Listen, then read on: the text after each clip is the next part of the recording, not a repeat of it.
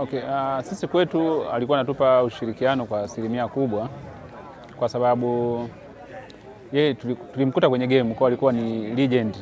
Wengi walikuwa wanamuita king kama mfalme, wengine wanamuita father kama mzazi, wengine wanamuita king. Kwa hiyo alikuwa na majina mbalimbali kutokana na nafasi yake. Kwa hiyo sisi kama wasanii tumeumia na tumepata pigo sana, kwa sababu ushirikiano wake ulikuwa mkubwa kwa kila mchekeshaji ambaye alikuwa anakutana naye.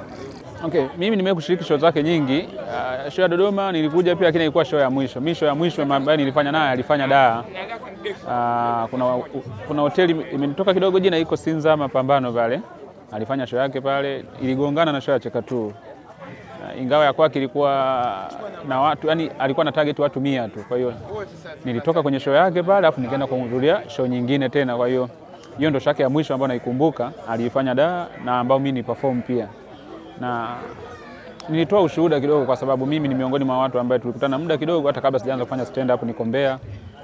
Kwa hiyo kwangu mimi alikuwa na nafasi kubwa sana kwenye sanaa yangu. Hata special yangu ambayo nilifanya, nakumbuka yeye alikuwa ni mtu miongoni mwa watu ambao nilifanya nao interview kwenye baadhi ya media, wakinielezea namna ambavyo nimetoka kuwa mdogo mpaka nakuwa. Yes, haja ipo. Kuna baadhi ya maeneo ambayo tukienda na kuwa sio rafiki kwa watu maarufu. Lakini nadhani ukiwa social tu, yani ukiwa unaishi vizuri na watu,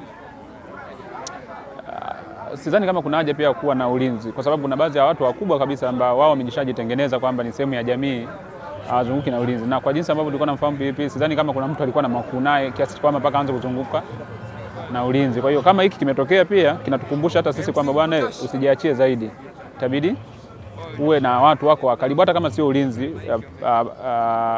moja kwa moja, iwe ni watu wa karibu tu ambao unazunguka nao kwa ajili ya usalama wako.